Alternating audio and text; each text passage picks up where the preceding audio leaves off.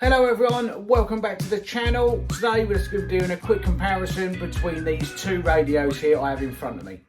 So we have the Noble MB4 and we have the new radio, or the newish, sorry, Radiolink RC8X. So we're going to basically go through the differences, and also we're going to be doing price comparison on these two radios and what features are better on each radio that we have. So the pros and cons also. So let's dive right in and have a look. First of all, we're going to go through the Noble MB4. So this is the budget version of the Nobles. There are three of these to date. They have this one here. This is, like I said, this is the Noble MB4. You have the Noble MB4 Plus. That is just around the corner. I think you can actually pre-order those now or actually get them. And then you have the Noble Pro. So what we're going to do, we're going to open him up and we're going to show you what you get inside the box for each of these transmitters. So inside the box, Noble MB4. If you were to undo one of these brand new, obviously you would have your transmitter in there. I have mine out already because I'm obviously been using this one. So you normally have your transmitter, you get this little box here. This one basically contains USB-C cable. There is a larger grip if you have bigger hands, so you have two size grips. Also, you normally get, you get with a Noble as well, you'll get two receivers. You'll get two 4-channel receivers with the Noble MB4. You'll have a long range one, and you'll have the medium range one as well. With the bigger ones, these are the bigger full range ones, the FGR4. These incorporate full telemetry with them as well, so you can have voltage telemetry, speed telemetry, temperature telemetry with the optional telemetry sensors you can get for them. Also, a good thing I like about the Noble, these will only, so once bound to a receiver, you can only run that receiver on that model. So it has a 20 model memory, and then once you bind it, you can only run it on one of those. So you can't get a runaway if you select another car in the menu and you took your other car out. It simply won't bind to that one and you can't drive it, which is a good thing. I've always liked that option in a radio. So the things I like about this radio, you've got a 4,300 milliamp battery pack. You can charge it there, and you can also charge anything you like, your mobile phone, whatever you need off of this. Also, the battery pack is removable. You can take that off the base and you can use the Noble separately without using this. This has a battery inside the grip that will last about an hour and a half, and then you have a battery in here. This will last about, well, this will charge the transmitter about 7 to 10 times, depending on how flat it is. But like I said, you can also remove that, stick it in your pocket, and you can charge whatever you like from that. Even your little planes, if you take them out, you've got a USB charger. That's what we do sometimes. Other things I like about the Noble, like I said, I've had one of these. This is my main. If I race, bash, anything, this is the main radio I use. So the pros of this radio, very comfortable, very ergonomically made. You've got enough switches here. So you've got roller switches here for your trims. You've got digital switches on top, 4-way switches. So you can assign them, do mixes, whatever you need to do. Paddle shifts here. This is quite cool. You know, sometimes use these for the gear shifting on cars. Fully adjustable finger grip also, so you can make it bigger or smaller. And the good thing I like about this, left-handed, right-handed people, if you're right-handed, like me, perfect, but you can move that to wherever you want to use it. So whether you want to use it back here, storage, you can have it at the front. And for left-handers, which I like about this, not a lot of radios do this, you can swivel it all the way around the other way. So also left-handed people can use this transmitter. Very well built, robust radio. I know a couple of people have got these, especially one person, no names, that likes throwing them on the floor. So price on this radio, currently you can pick them up. I get all my stuff from, like I said, Redfin models.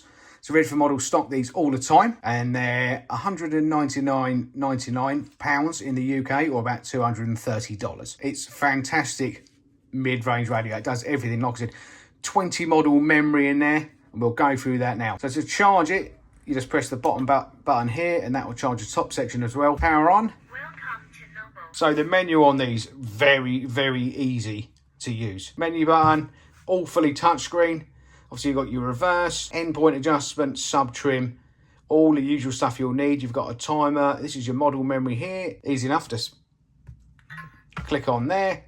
And then you can select your model. So you can name them. You can change your radio frequency if you want. Reset, copy, export or import. You have to do that on the PC in the software. Obviously, we've got receiver. This is where you bind all of your receiver stuff. Fail-safe, servos, frequency.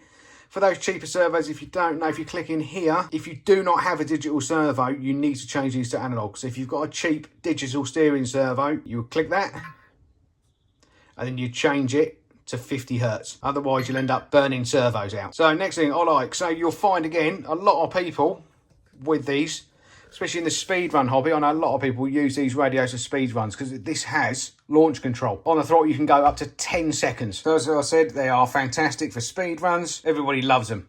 That's why I've got two. So I have this one here. This is dedicated speedrun. So this one has a range extender built in, and this is just for dedicated long range speedruns with my speedrun cars.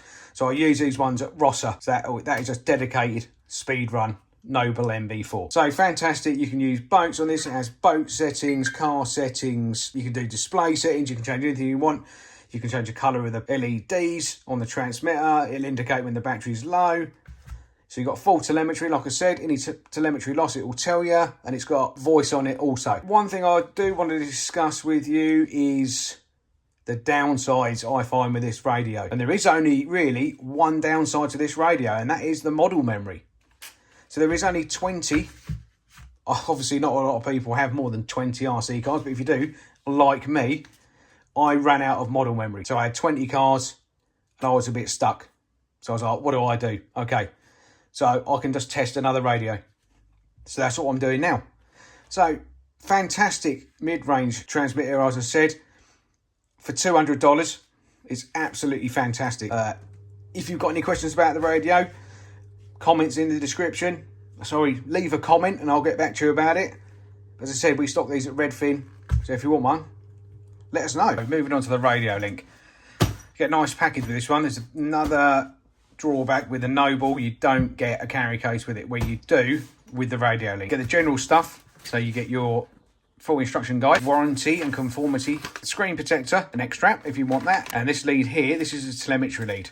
So if you're using XT60s, put this in between, and this will tell you your battery voltage of your main pack for your RC car. Get some tools and another trigger and a USB cable. Obviously your radio normally sit in there, nice padded area, keep it safe, and you got your two receivers that come in the box. So this is the R4FGM, so this is a 4-channel radio. So this one, to me, this is a short range. So indoor racing, perfectly all right, or something close would be fantastic. But with these receivers, I've had to notice on there that only takes up to 6 volts, that one. So that is a full range 8-channel receiver. 3 volts to 12 volts. You can run anything through, any HV servos, anything you like through this. And that's what you get with the transmitter. So moving on to the comparison between the Noble MB4. Size difference, obviously it is slightly longer. It is slightly bigger radio. And weight-wise, this one is definitely heavier than the Noble. So drawback straight away to this one, you have your adjustable steering here, so you can left-handed or right-handed. This one, you cannot move it. It is fixed position. I don't know, I haven't looked at it, whether you can move it. Doesn't look like it, but maybe you can move it to that side. I mean, maybe you can actually move it because it has a plate here, look. So you could actually, I'd have to look into that more, whether you can move that to this side and make it left-handed. It looks a lot more fiddly than the actual Noble itself. In terms of feeling wise, it actually feels really nice. Potentiometer feels really nice, and the actual trigger feels really smooth as well. So with this radio, obviously you've got your power button here. You have, these are dials, so you can put your gyro gain on one of these if you wanted to. You have your throttle trim, steering trim. You have loads of buttons on the radio to assign. On here, I haven't even set that off yet, look. We'll move that. So on the side, USB-C interface, headphone jack, and this one here. We'll go into a bit more into this jack later. Like I said, you just have your trims. This one also is a push button. This is just to get in and out the menus. Obviously, straight away, you can see the screen is a lot bigger. Problem I had with this one before, in bright sunshine, you can't see nothing. It's very hard to see on the Noble. So that was one drawback. With the Radiolink, it looks a lot brighter straight away. Another thing I've noticed with this radio straight away, the battery tray. So if we take this off, you have to put 8 AAA batteries in there. I don't like that. I don't like having to keep replacing the batteries all the time. I suppose you can. I mean, this will run up to 17 volts. So you can put a 3S to 4S LiPo in there if you can find one thin enough. I may upgrade it to a 2S at some point. I do have some 2Ss lying about, so might put a 2S LiPo. But I don't like keeping LiPos in transmitters. So I don't like having to remove them every time. So power button, if we turn them on. Welcome to Radiolink. This one is slightly different. Yes, it's got voice, but this has full custom voices on it. You can assign it to any channel you want and to any voice. You can actually edit the voices and import, export any voice you want off of this radio. Massive bonus in my opinion for this radio straight away. As you can see for the screen, again, it's fully touchscreen. And you can go through all the menu. There is loads and loads of settings on here. You can change the colours as well. So if you want to change the themes, click on theme settings. You can have any colour you want. So if you like it orange, you can set it as orange. Oh, I don't like that. You can have blue. You can have that colour. You can have whatever you want. And you can also customise it down here. So in that respect, I mean, if you look at it in the light now, I know it's not sunlight, but it is still a very bright screen. All your displays, you've got your telemetry down here. If you want to click back, you can go through the menu that way as well. With the radio, it also has vibration built in, so you can assign vibrations to certain functions. But one of the main bonuses with this radio, stock, it's got a 200 model memory on it. So you can have up to 200 models on this, which is a massive bonus. So if you go back to the video, I would have told you that Noble just bought a new one out. It's called the MB4 Plus, and all you get with that is a colour screen. Nothing else has really changed with it. As I said, there's a reason I bought this. 200 model memory, and you have an SD card in the front here. It comes with an SD card. You can put a bigger SD card in that also, and you can run it.